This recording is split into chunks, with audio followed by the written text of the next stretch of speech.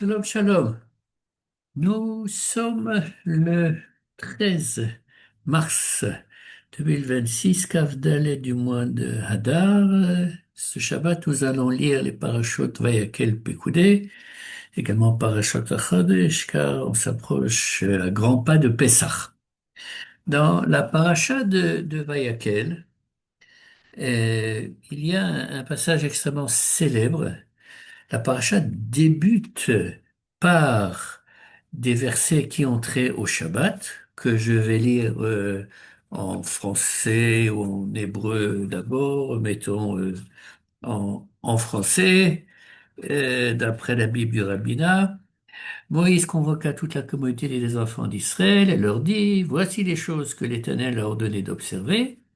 Pendant 6 jours, on travaillera, mais au septième, vous aurez une solennité sainte, un chômage absolu en l'honneur de l'Éternel. Quiconque travaillera en ce jour sera mis à mort. Vous ne ferez point de feu dans aucune de vos demeures en ce jour de repos. Et le passage qui suit n'a absolument rien à voir avec le Shabbat, a priori, et traite de la construction du Mishkan dans la pratique. N'est-ce pas?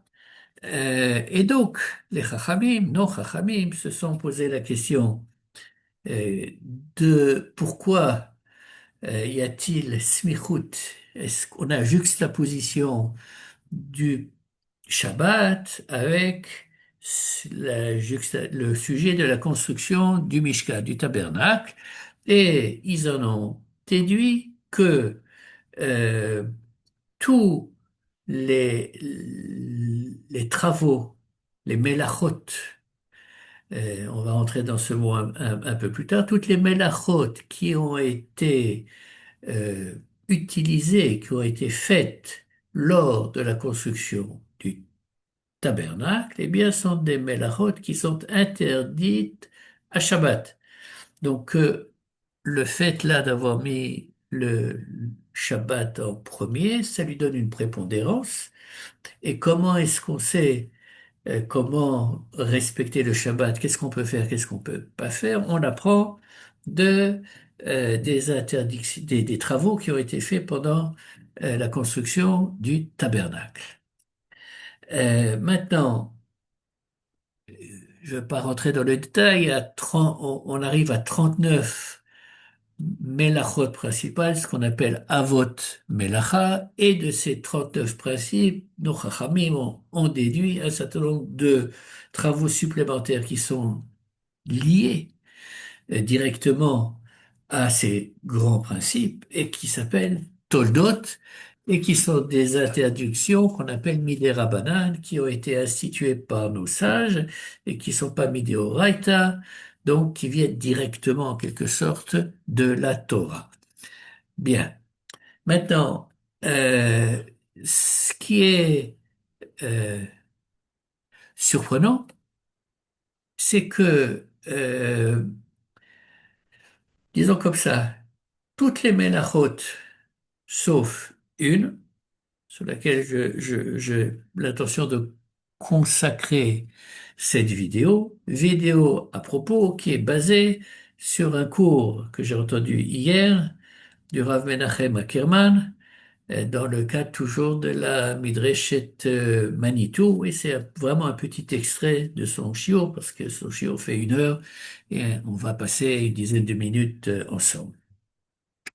Donc, euh, ces melachot sont définis un peu plus, un peu plus tard dans la parashat Vayakel, dans le Shlishi, quand on lit Vayakel tout seul.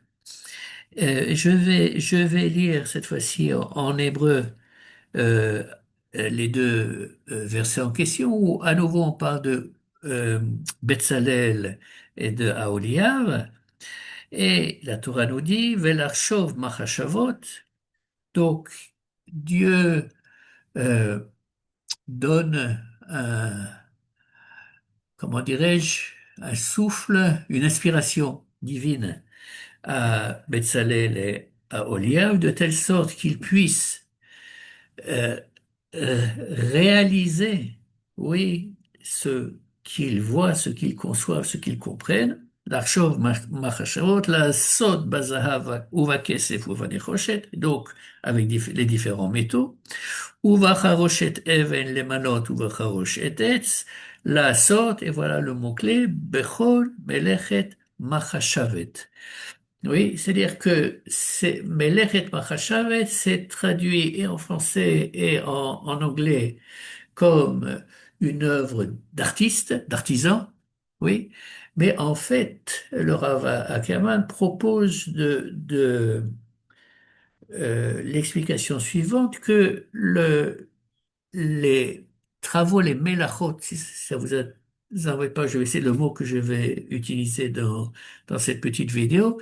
Ces mélachot sont liés à une machashava, à une pensée. C'est-à-dire que la traduction du rabbinat est correcte en ce sens qu'un artiste, quelle est sa fonction ou quel est son travail? C'est un travail créatif, n'est-ce pas? Ce travail créatif passe par une conception, n'est-ce pas, passe par la pensée de comment on va faire ce dessin, comment on va faire cette sculpture, et en l'occurrence, comment il va falloir mettre dans la pratique toutes les instructions qui ont été données dans les parachutes précédentes pour faire le Mishkan.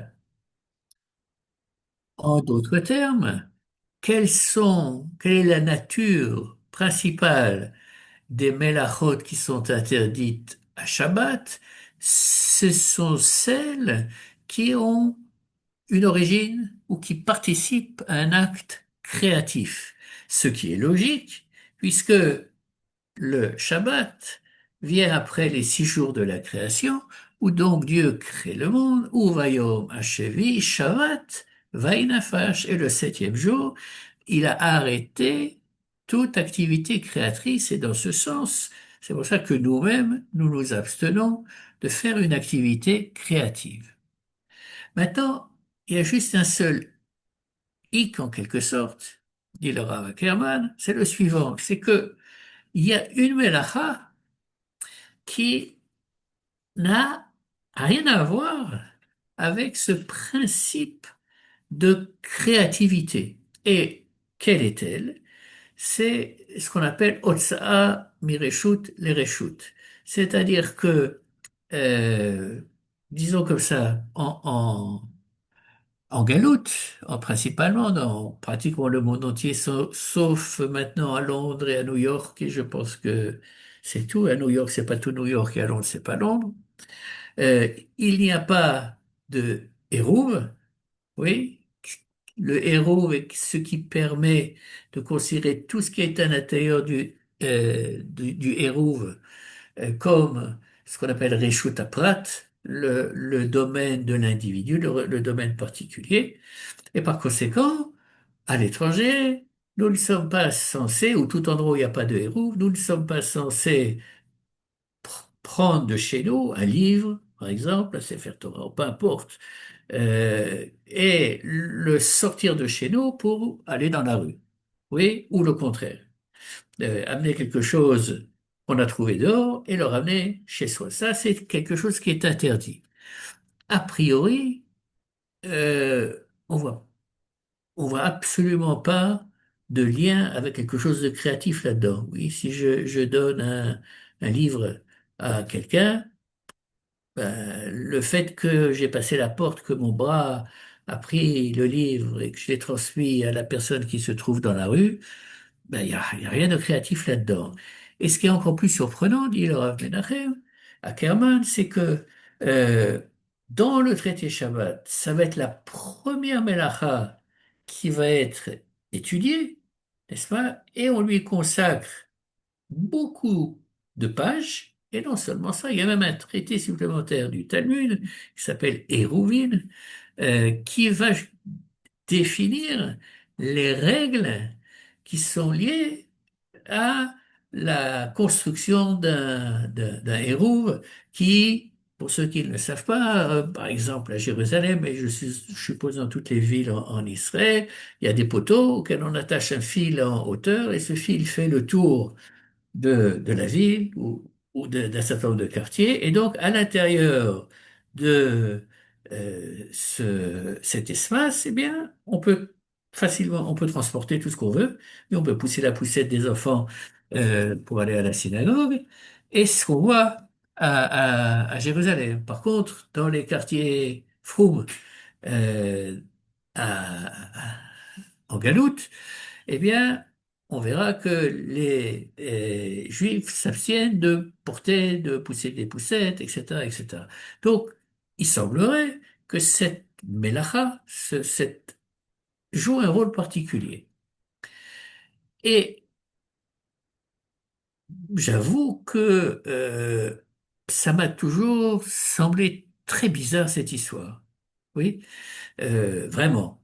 Et autant je pouvais comprendre que le fait d'écrire, oui, puisse être considéré comme un acte créatif, que le fait de arroser, n'est-ce pas, des plantes également, d'une certaine manière, je contribue à faire pousser une plante, autant cette mélacha de passage d'un domaine privé à un domaine public ou inversement, ça, je l'ai jamais véritablement compris jusqu'à ce que j'entende le cours du Rav Ackerman. Et voilà l'explication qu'il donne. Je reviens vraiment au tout début de Vayakel. Vayakel Moshe et kol adat bnei Israël vayomer alehem ele hadevarim asher tziva Hashem lasot otam. Sheshet yamim taseh melacha, etc., etc. Donc, Moshe a rassemblé toute la communauté d'Israël, c'est-à-dire hommes, femmes, enfants, vieillards, tout le monde, oui, Vayomer Alehem, il leur dit, Ele Hadevarim. Ce Ele Hadevarim, dit le Rav Kaman, c'est en fait toutes les mélachot de Shabbat qui sont interdites. C'est comme ça qu'il l'explique. Si on passe au paragraphe suivant, ויאמר משה אל כל הדת בני ישראל לאמור, זה הדבר אשר ציווה השם לאמור.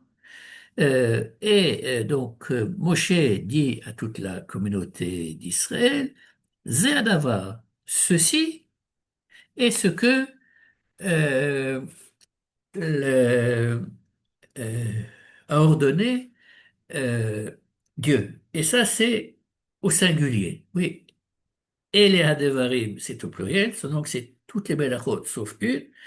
Et Zé Adavar, c'est une Melacha toute seule.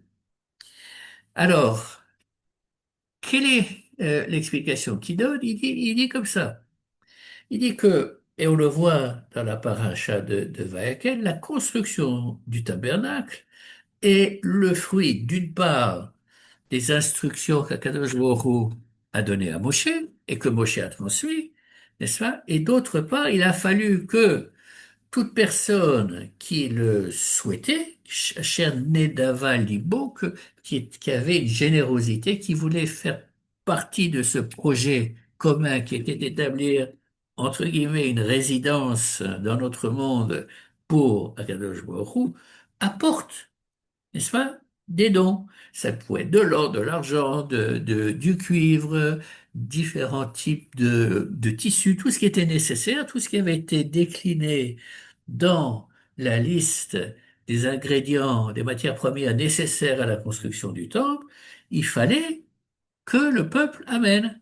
Et tous les jours, il y a eu une mobilisation absolument fantastique de la part de Ham Israël, qui a voulu, certains disent que c'est une manière d'exprimer leur regret par rapport à la faute du veau d'or. Je ne sais pas s'il faut lier nécessairement entre les deux événements, mais toujours est-il qu'il y a une mobilisation massive de tout Ham Israël, de toute la communauté, pour apporter les matériaux qui étaient nécessaires. À tel point qu'il est arrivé à un moment que Moïse, et c'est dit dans la Parashat Vayakel, a reçu comme information que ça y est, on en avait trop, n'est-ce pas?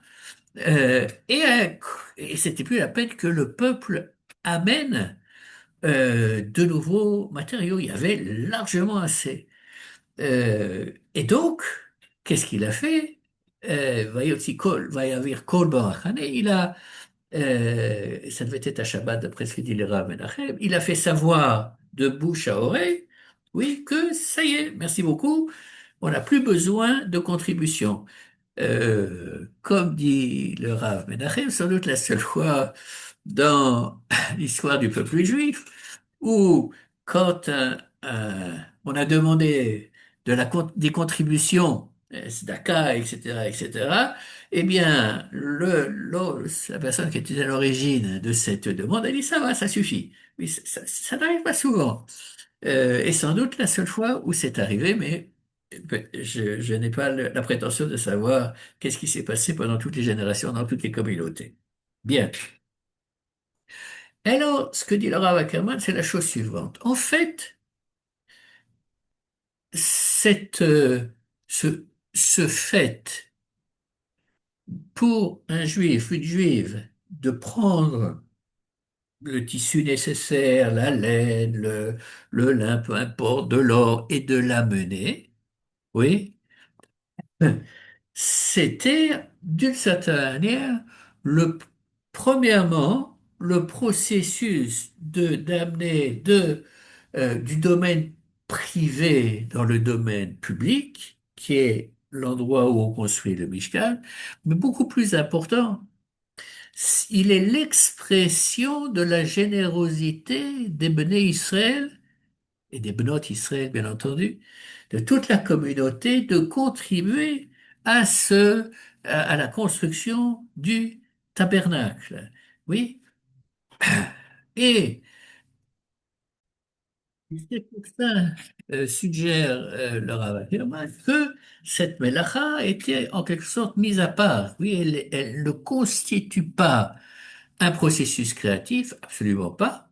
C'est pas pour ça qu'elle est interdite, mais en fait, elle est la clé de la construction du Mishkan, parce que si les Bnei Israël n'avaient pas contribué avaient amené des matériaux pour construire le Mishkan, eh bien, il n'aurait pas été construit, n'est-ce pas? Donc, c'est pour ça qu'il propose Rav Akavan qu'il a une place, cette interdiction de